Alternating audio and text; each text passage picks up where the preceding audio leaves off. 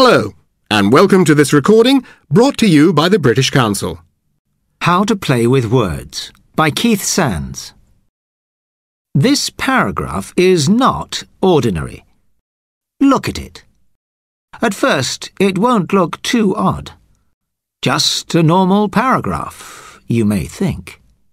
But look at it again, and you might find it a bit unusual.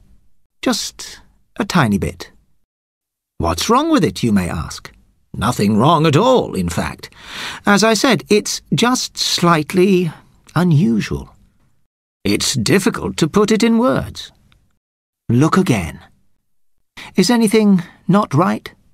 Can you spot it? Is anything missing? What you've just read is a lipogram, a text written without using a particular letter of the alphabet. It's the hardest kind of lipogram, as it doesn't contain the letter E, the most common letter in the English language.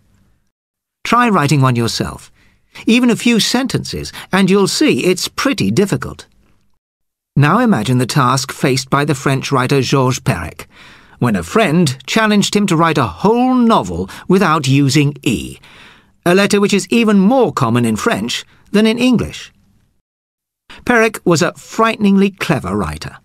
He was a lover of word games and puzzles, and a master of the Chinese board game Go.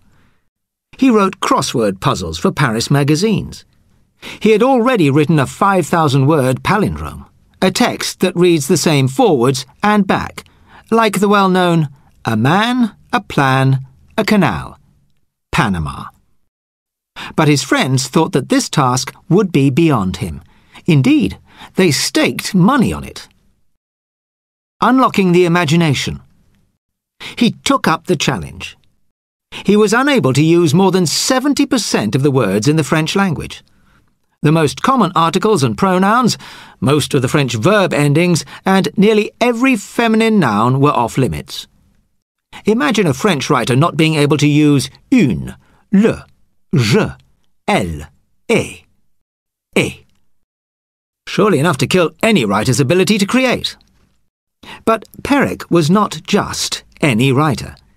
He discovered that, on the contrary, this impossible rule unlocked his imagination. He later claimed that he wrote his novel faster than any of his other books. He was forced to think. He had to fight for every sentence. He had no choice but to be original. The result was La Disparition, a surreal detective story about the mysterious disappearance of a character named A. Vowel. Get it? The only E's were the 4 in his name on the cover. He placed dozens of clues in the book about the fantastically difficult rule he was working under.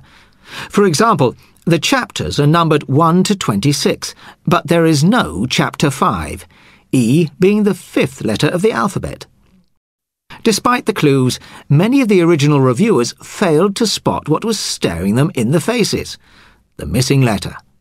Embarrassing for the critics, hilarious for the writer and his friends.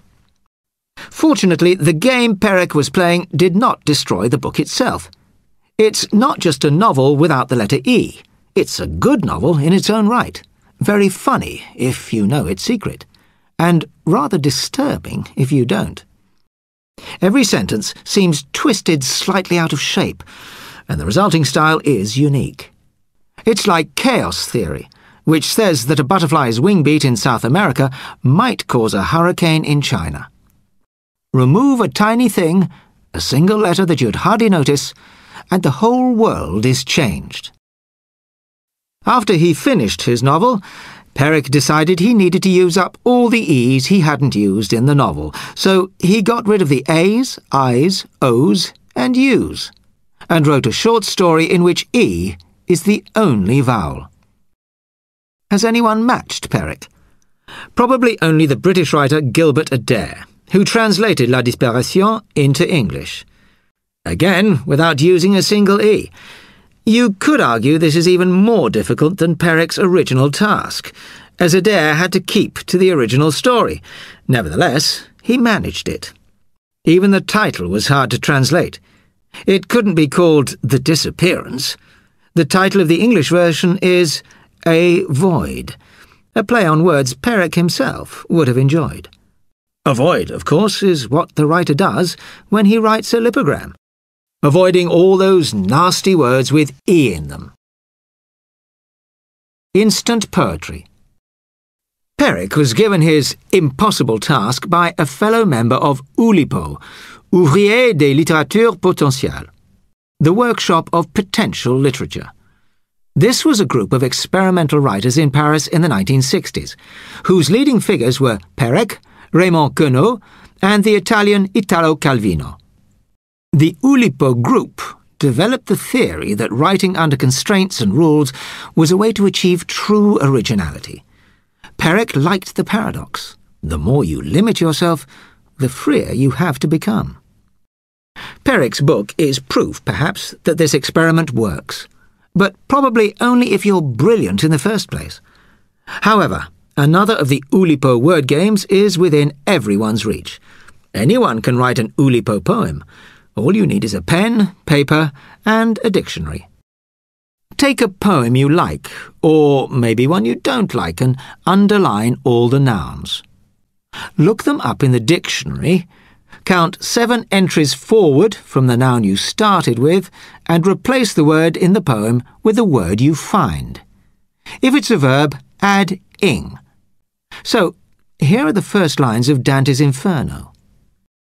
In the middle of the journey of my life, I found myself in a dark wood, which becomes, in the midnight of the joy of my life insurance, I found mythology in a dark woodpile. You now have an Oulipo poem. It won't make much sense, but it'll probably have some surprising phrases in it you wouldn't otherwise have thought of.